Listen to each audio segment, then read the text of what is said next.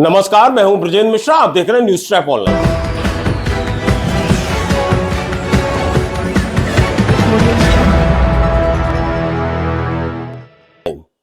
क्या कोई महिला इतनी क्रूर, हैवान, खूंखार और खतरनाक हो सकती है कि वो हंसते खेलते मुस्कुराते खूबसूरत बच्चों को खा जाए, मार डाले? जी हां, आज हम मिलवाएंगे आपको ऐसी ही एक डाइन से। महिला के नाम पर जो कलंक है, एक ऐसी डाइन जो हंसते खेलते परिवार के बच्चों को, चार चार मासूम बच्चों को जिंदा खा गई। ऐसी डाइन, ऐसी कातिल महिला जिससे हर कोई स्तब्ध है और हर किसी के दिल में और उनका खून एकदम से छलक रहा है कि आखिर ये किस तरह की महिला है जिसे खूबसूरत बच्चे पसंद नहीं। जी हां, यह है पूनम, यही है डाइन। नाम है इसका पूनम, लेकिन इसके जो कारनामे हैं वो घोर घनघोर काली अमावस से भी खतरनाक है।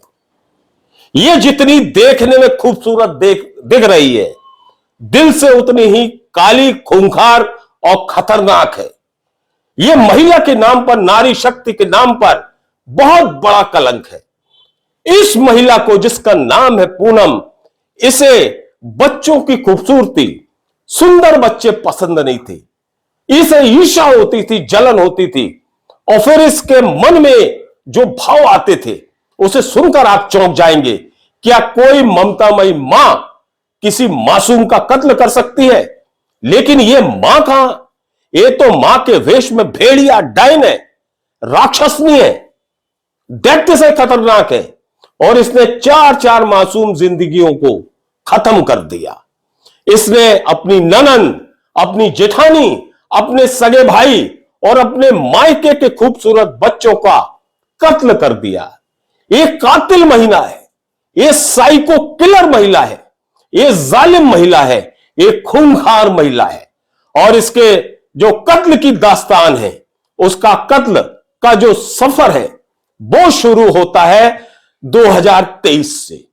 पहला शिकार इसने बनाया ननंद की खूबसूरत छोटी बेटी को, जो हंसती खेलती मुस्कुराती अपने घर के आंगन में खेल रही थी।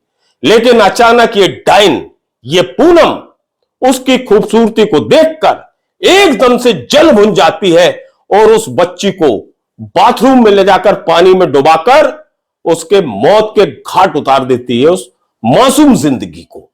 अब इसको, पूनम को डर था कि कहीं ये पकड़ ना जाए, क्योंकि इसने अपनी ननंद की छोटी बेटी को मार डाला, जीते जी मार डाला। तब आप देखिए कि ये पकड़ने ना पाए, इससे बचने के लिए इसने और बड़ा कदम उठा लिया। इसका खुद का 3 साल का खूबसूरत, खूब सुंदर बेटा था, शुभम नाम था उसका। इसने अपने बच्चे को भी पानी में डुबाकर मार डाला। और मारने के बाद देखिए इसका ड्रामा कि ये चीखती रही, चिल्लाती रही, लेकिन वो चीख और चिल्लाहट तो नकली थी साहब। इसके अंदर तो राक्षस, दैत्य, डाइन बैठी थी। ये तो सिर्फ दिखावे के लिए चीख रही थी। इसने अपने बेटे को मार डाला। यह दूसरा कत्ल था। तीसरे कत्ल के लिए यह मायके आती है। अब आप देखिए, और अपने सगे भाई की बेटी 10 साल की, वो भी बहुत खूबसूरत थी और नाम था उसका जिया। 10 साल की इस खूबसूरत बेटी की सुंदरता को देखकर ही एकदम से बहुत ज्यादा आक्रोशित हो गई, भड़क गई। इसके दिल दिमाग में कत्ल का राक्षस जाग गया और ये उस बेटी को ले जाती है घर से बाहर, घर से दूर ले जाती है। और वहां भी ये वही करती है कि पानी में डुबाकर जिया को मार डालती है, उसका कत्ल कर देती है। किस तरह की ये औरत है, आप सोचिए आप। और चौथा कत्ल इसका 1 दिसंबर 2025 का है। पानीपत का मामला है। हरियाणा के पानीपत की एक डाइन है ये पूनम, जो अमावस से ज्यादा खतरनाक है। और ये अब अपना शिकार बनाती है अपनी जेठानी की बेटी को। जेठानी की बेटी जिसकी उम्र 6 साल थी, वो नाम था विधि। बहुत प्यारी थी, बहुत खूबसूरत थी। ये उस बच्ची को विधि को ले जाती है छत पर, मकान के छत पर, और छत पर एक टब रखा रहता है और टब में भरे पानी में उस बच्ची को वो डुबो देती है। हालांकि उस टब का जो साइज है इतना बड़ा नहीं होता कि बच्ची डूब जाए, लेकिन वो उसका गला पकड़कर, मुंडी, सिर पकड़कर उसे किसी भी तरह पानी में डुबा देती है और उसे मार डालती है। इसी शिकार में वो पकड़ी जाती है पूनम। वो कैसे, ये भी सुन लीजिए आप। जब ये विधि को उस छोटे से टब के पानी में डुबाकर मारती है और फिर उस टब को और उस बच्ची को बाथरूम में अंदर बंद कर देती है और बाहर से वो बाथरूम बंद कर देती है, लॉक कर देती है, उसकी कुंडी लगा देती है। बस यही गलती थी इस औरत की, पूनम की, जहां ये कातिल महिला पकड़ में आ जाती है कि आखिर इस बाथरूम के डोर लगाए किसने। और फिर पुलिस जब सर्च करती है, अपनी जांच करती है, तो पता चलता है कि यह पूनम की उस छत पर आवाजाही थी और जिस पर इस महिला पर शक और संदेह बढ़ जाता है। और फिर पुलिस बड़ी कड़ाई से पूछताछ करती है, तो ये जो राक्षसनी है, ये महिला के नाम पर कलंक, जिसे हम किलर आंटी कहते हैं, जिसे साइको किलर कहा जाता है, ये जालिम महिला पकड़ जाती है और फिर अपने कत्ल की पूरी दास्तान, पूरी काली कहानी ये अपने मुंह से, अपनी जुबान से खुद उगल देती है। यही बाथरूम था जहां ये पूनम पकड़ जाती है, वरना जितने 4 मासूमों के मार चुकी थी, तो उसमें इसने इस तरह की नौटंकी की थी कि ताकि लगे कि किसी हादसे का शिकार हुए हैं बच्चे। अब आप जरा सोचिए, पूनम का एक छोटा 2 साल का बेटा भी है अभी, और वो बेटा कहां पल रहा है? उसी जेठानी के घर में, जिस जेठानी के जिया बेटी को इस कातिल महिला ने मार डाला। जिस जेठानी की बेटी को इस कातिल महिला ने मार डाला था, वही जेठानी इस कातिल महिला के 2 साल के मासूम को पाल रही है। आप कल्पना करिए कि ये क्या है। ये स्टोरी देखकर हर किसी के रोंगटे खड़े हो जाएंगे, इंसानियत भी थर थर कांपने लगेगी। महिला के नाम पर जो एक सोच है, एक पॉजिटिविटी है, एक जो संवेदनशीलता है, हो सकता है कि वो कहीं ना कहीं प्रभावित हो और खत्म भी हो। क्या इस तरह की महिलाएं भी होती हैं जो अंदर से इतनी खूंखार और खतरनाक होती हैं? आखिर इसकी वजह क्या है? रिश्ते टूट चुके हैं, रिश्ते नातों का इस महिला को कोई फर्क नहीं।